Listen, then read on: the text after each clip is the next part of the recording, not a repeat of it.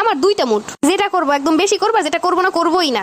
হয় একবার ঘুম আসেই না, আর না হয় ঘুমাইলে উঠতেই ইচ্ছা করে না। কখনো খাইতে ইচ্ছা করে না, আবার কখন খাওয়াই শেষ হয় না। কোনো কাজ করতে ইচ্ছাই হয় না, আর কাজ শুরু করলে কাজ শেষই হইতে চায় না। কখনো ঘর থেকে বের হইতে ইচ্ছা করে না, আবার কখনো ঘরে ঢুকতে ইচ্ছা করে না। আবার কখনো কথা বলতে ইচ্ছা করে না, আবার কল দিয়ে কথা শুরু করলে কথা শেষই হয় না।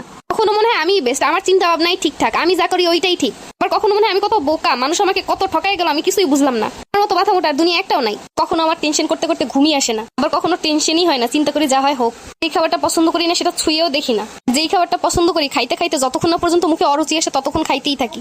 কখনো কথাই বলতে ইচ্ছা করে না, আবার যখন কথা শুরু করি তখন কথা শেষই হয় না। 10 বছর পুরনো কাহিনী, প্রেমের গল্প সবই বলে দিই। মাঝে মাঝে কাউকে ভালোই লাগে না, আবার যাকে ভালো লাগে তাকে ছাড়া কিছু বুঝিই না।